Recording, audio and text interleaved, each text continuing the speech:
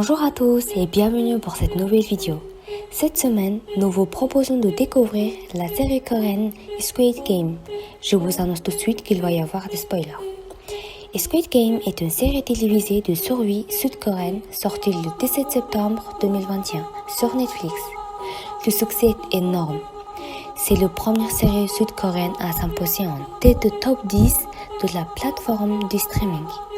Le 12 octobre 2021, Netflix annonce que la série comptabilise le meilleur démarrage jamais vu sur sa plateforme avec un total de 111 millions de visionnages en 27 jours, dépassant ainsi la meilleure série de Netflix. Squid Game a 9 épisodes réalisés par Kwon Dong-wook. Il a annoncé que l'histoire a inspiré d'un jeu populaire sud-coréen pour les enfants dans les années 70 à 80, connu sous le nom de jeu de calmar, donc en anglais Squid Game. Il a écrit l'histoire entre 2008 et 2009, mais comme l'auteur n'avait pas d'investissement, donc il a gardé pendant 10 ans. Le 2 septembre 2019, Netflix annonce dans un communiqué de presse qu'il distribuera une nouvelle série originale coréenne initialement intitulée Round 6. Le réalisateur s'est inspiré de la réalité sociale de la Corée du Sud, dont en particulier des très forts taux d'endettement des habitants qui conduisent à de nombreuses personnes au désespoir et au suicide.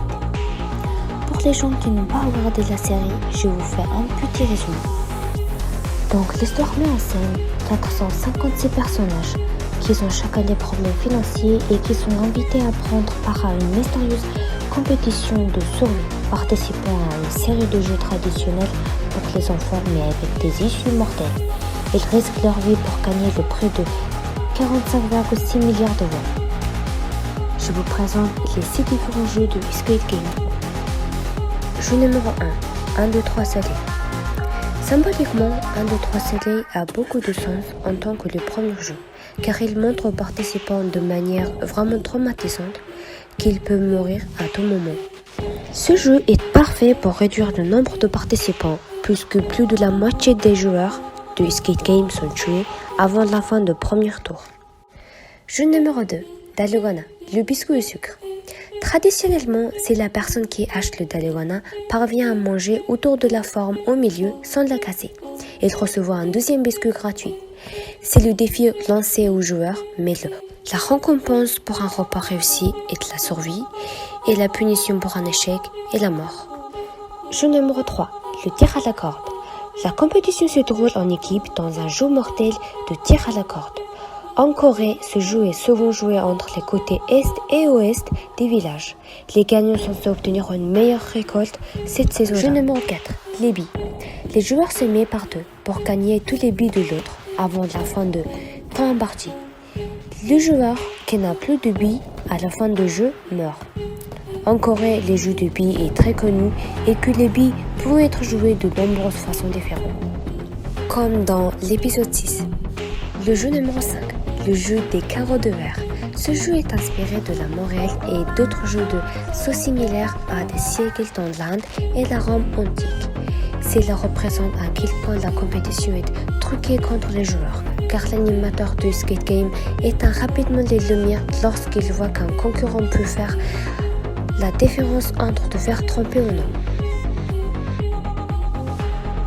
Jeu numéro 6, le jeu de calamar.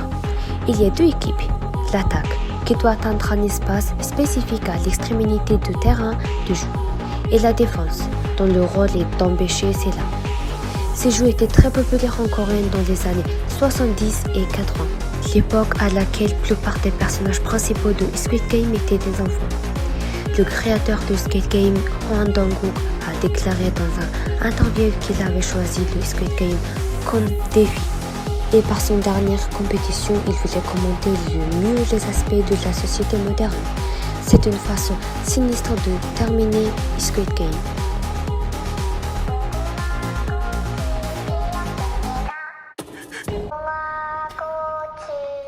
Tellement la série a eu un grand succès, ils ont eu l'idée d'ouvrir un centre de jeux Squid Game sur Paris.